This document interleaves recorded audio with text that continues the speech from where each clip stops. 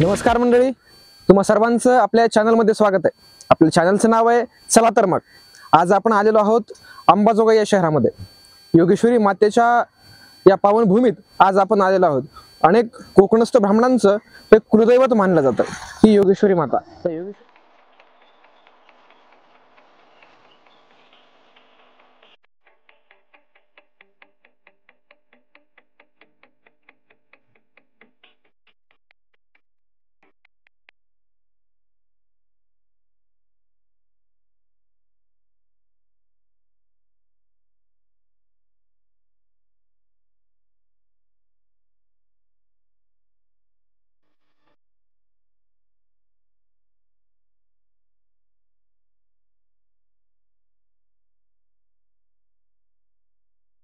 हत्तीखाना या ठिकाणी आपण भेट घ्यायला आलेलो आहोत। चला तर मग तुम्हाला हत्तीखाना दाखवतो।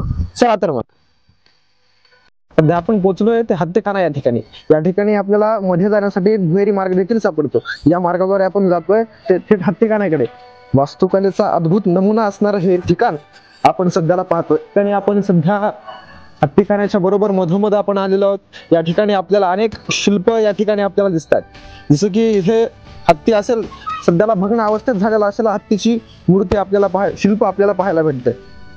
अशी अनेक शिल्प या ठिकाणी कोरली गेलेली आहेत। या ठिकाणी सध्या पुरातत्व विभागाकडून येथील दुरुस्तीचं काम सध्या युद्ध पातळीवर या ठिकाणी काम चालू आहे। या ठिकाणी बरोबर मधोमध सभामंडप आहे। सभामंडपाच्या मध्यस्थानी आपल्याला एक नंदीचं शिल्प पाहायला भेटतं आणि त्याच्या समोरच आपण पाहू शकतो एक मोठं सभागृह। आपण मधोमध आलेलो आहोत आणि सध्या इथे आपण पाहतोय की अतिशय पूर्वी काम इतकं प्रचंड असं पूर्वी काम या ठिकाणी आपण पाहू शकतोय की इतका सुंदर असा वास्तुकलेचा नमुना आपल्याला इथं पाहायला भेटतोय।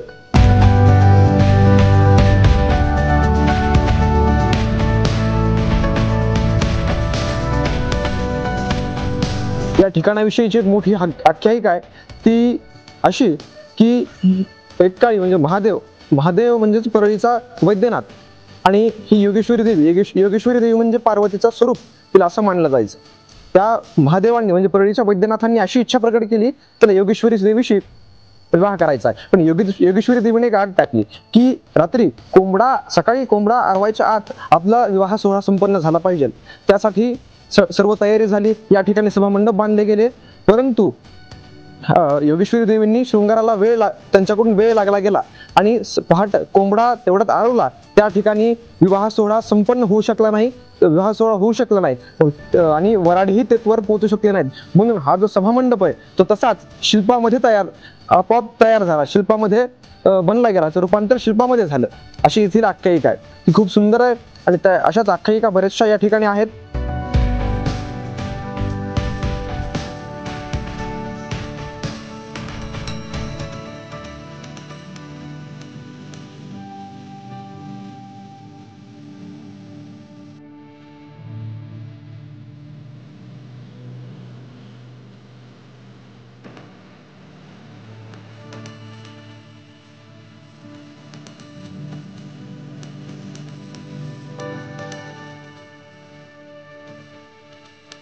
तर हे होतं ठिकाण हत्तीखाना। योगेश्वरीच्या मंदिरालगत असणारे ठिकाण वास्तुकलेचा अद्भुत असा नमुना आपल्याला या ठिकाणी पाहायला मिळतोय। अद्भुत अशी शिल्पकला या ठिकाणी घडवली गेली आहे। खरं तर खूप सुंदर आणि अविस्मरणीय क्षण या ठिकाणी। खरंच पूर्वीची वास्तुकला ही अतिशय सुसज्ज व चांगली होती। या ठिकाणी इथून आपल्याला दिसतं। आता इथून आपण निघालोय ते आद्यकवी मुकुंदराज यांच्या समाधी स्थळाकडे। चला तर मग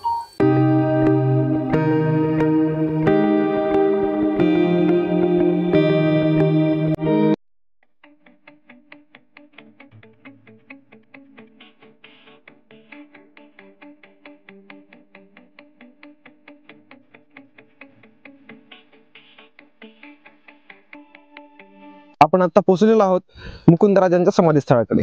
चला तर मग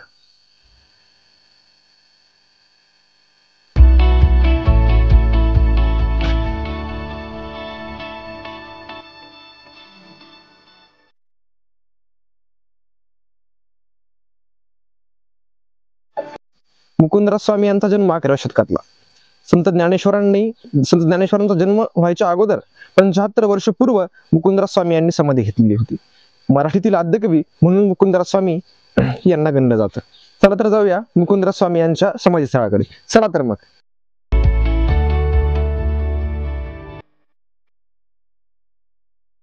निसर्गाच्या कुशीत वसलेलं ते स्थळ. या इथून अंबाजोगाईपासून 3 ते 4 किलोमीटर अंतरावर हे आपल्याला स्थळ पाहायला भेटतं. 125 पायऱ्या उतरून आपल्याला मध्ये समाधीचं दर्शन घेता येत. छान छान सुंदर असे वाहणारे झरे झरे आपल्याला इथं पाहायला भेटतात.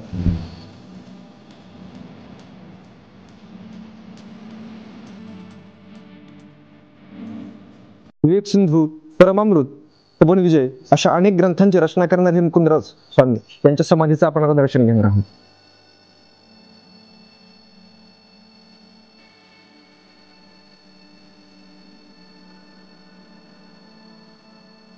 पूर्वी या अंबाजोगाई गावाचं नाव अंबापूर असं होतं. या अंबापूर नगरीचा राजा जयतपाल शके 950च्या दरम्यान जेव्हा मुकुंदराज स्वामी होते त्यावेळेस हा जयतपाल राजा इथे राज्य करत होता. जयतपाल राजाने त्याला ब्रह्मस्वरूप पाहायची त्याला उत्कंठा झाली होती. मग त्याची उत्कंठा तो भागवण्यासाठी त्याला ब्रह्मस्वरूप पाहायचं होतं. मग त्याने प्रत्येक साधूला बोलवावं, प्रत्येक साधूला त्याने बोलवायचं आणि प्रत्येक साधूला विचारायचं की मला ब्रह्मस्वरूप दाखवतो का. मग जर साधू ते करत निष्क्रिय झाले तर त्या साधूला बंदिवासाची आज्ञा केली जाईल, त्याला बंदिवासात टाकलं जाईल. अशा अनेक घटना झाल्या. त्या घटनानंतर त्यावेळेस मुकुंदराज स्वामी काशी नगरीत आपलं अध्ययन करत होते, ध्यानस्थ होते. ही बातमी मुकुंदराजांच्या कानावरती पडली. मुकुंदराज तिथून आले त्यावेळेस मुकुंदराजांनी जयतपाल राजासमोर मुकुंदराज स्वामी गेले. त्यावेळेस जयतपाल राजाला मुकुंदराज स्वामींनी विचारलं की मी दाखवतो तुला ब्रह्मस्वरूप. मग ते ब्रह्मस्वरूप कसं दाखवायचं तर मुकुंदराज स्वामींनी त्याला एक चांगली अद्दल किंवा त्याला ब्रह्मस्वरूप दाखवण्यासाठी एक युक्ती केली. त्याला सांगितलं की पूर्ण सरंजाम निशी तू पूर्ण घोड्यावर बसून तू माझ्या समोर ये, त्यावेळेस तुला मी ब्रह्मस्वरूप दाखवतो. मग त्याला सांगितलं की तू आधी घोड्याच्या एका रिकामीत पाय टाक, त्यानंतर दुसरा पाय टाकण्याच्या आधी तुला मी ब्रह्मस्वरूप दाखवतो. ते कसं त्याने पाय टाकताच त्याला चाबकाने मारण्यात आलं. मुकुंदराज स्वामींनी त्याला चाबकाने मारलं. त्याच वेळेस 7 दिवस त्याची तिथं समाधी लागली. 7 दिवस तो घोड्यानिशी मुकुंदराज स्वामींनी जयतपालाला 7 दिवस तिथं उभा केलं. 7 दिवस जयतपाल राजाची त्या चौकातच समाधी लागली. मग समाधी उतरवल्याबरोबर त्याने मुकुंदराज स्वामींची क्षमा मागितली. स्वामींना म्हणाला, स्वामी मला ब्रह्मस्वरूप दिसलं, मला माफ करा. तर हे होतं आद्यकवी मुकुंदराज स्वामी यांचं महात्म्य. चला तर मग यांच्या समाधी स्थळाचं आपण दर्शन घेऊ.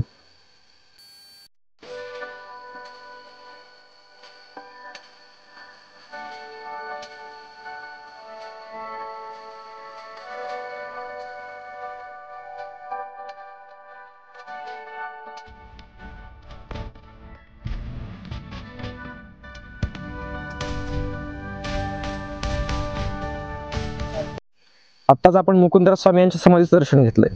त्यानंतर आता आपण थेट जाणार आहोत ते घाट नागनाथ मंदिर. चला तर मग.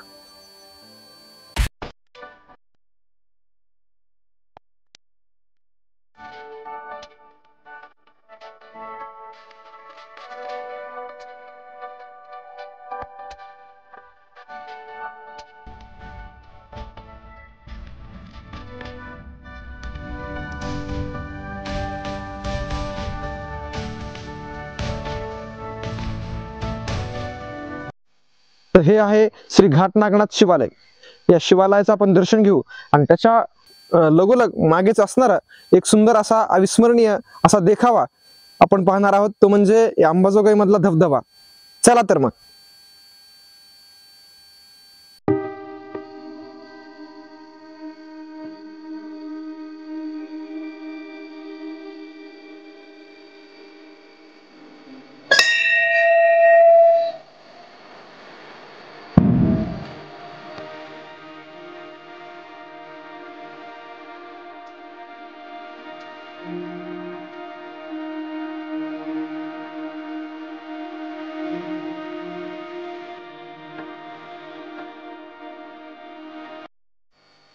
नैसर्गिकदृष्ट्या अतिशय वैभवपूर्ण असणारं हे अंबाजोगाई शहर आणि याच्याच शहरालगतच आपण पाहतोय तर घाट नागनाथ मंदिर आणि सध्याला आपण जाणार आहोत ते शिव धबधबा या ठिकाणी.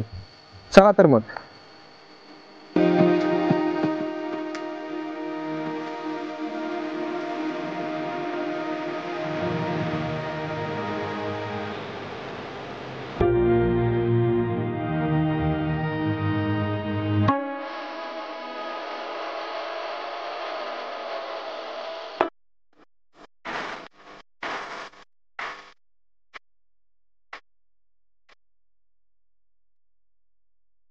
तर हा आहे घाट नागनाथ मंदिर, याच्या पाठीमागेच असलेला शिव धबधबा. आपण पाहतोय सध्या पाऊस काळ नसल्यामुळे इथे एवढंसं पाणी नाही किंवा पर्यटकांची गर्दी इथे आपल्याला दिसत नाही. पण पावसाळा आल्यानंतर इथे बऱ्याच पर्यटकांची गर्दी इथे राहते आणि अतिशय पर्यटन प्रिय असं हे ठिकाण आहे. निसर्गाच्या सानिध्यात असलेलं हे अंबाजोगाई शहर आणि या शहरालगत असलेलं हे अतिशय नयनरम्य असे ठिकाण आणि येथील हा धबधबा पर्यटकांसाठी अगदी नयनरम्य असं हे ठिकाण आहे. अंबाजोगाई शहरापासून अगदी 2 ते 3 किलोमीटर अंतरावर हे ठिकाण आपल्याला पाहायला भेटतं. खर तर असे अनेक या अंबाजोगाई शहरामध्ये ठिकाण आहेत, त्यापैकी एक हा शिव धबधबा. ऐतिहासिकदृष्ट्या, पौराणिकदृष्ट्या तसेच राजकीय दृष्ट्या महत्वाचं असणारं हे अंबाजोगाई शहर म्हणजे पूर्वीचं अंबापूर हे शहर. सध्या आपण इथे योगेश्वरी मंदिर, श्री मुकुंदराज स्वामी समाधी स्थळ आणि हत्तीखाना, घाटनागनाथ मंदिर आणि धबधबा यांसारखी अनेक स्थळं पाहिली. यातून तुम्हाला बरीच माहिती भेटली असेल, नवीन नवीन ठिकाणांची माहिती झाली असेल. आणि अशाच ठिकाणांची नवनवीन माहिती घेण्यासाठी आपल्या चॅनलला लाईक करा, शेअर करा, सबस्क्राईब करा. आणि आपल्या चॅनलचं नाव काय मित्रांनो? चला तर मग. नमस्कार मंडळी, आजचा व्हिडिओ कसा वाटला हे नक्की आम्हाला कमेंट करून सांगा. आणि असेच नवीन नवीन व्हिडिओ पाहण्यासाठी आमच्या चॅनलला लाईक करा, शेअर करा, सबस्क्राईब करा आणि बेल आयकॉन दाबायला विसरू नका. आपल्या चॅनलचं नाव काय? चला तर मग.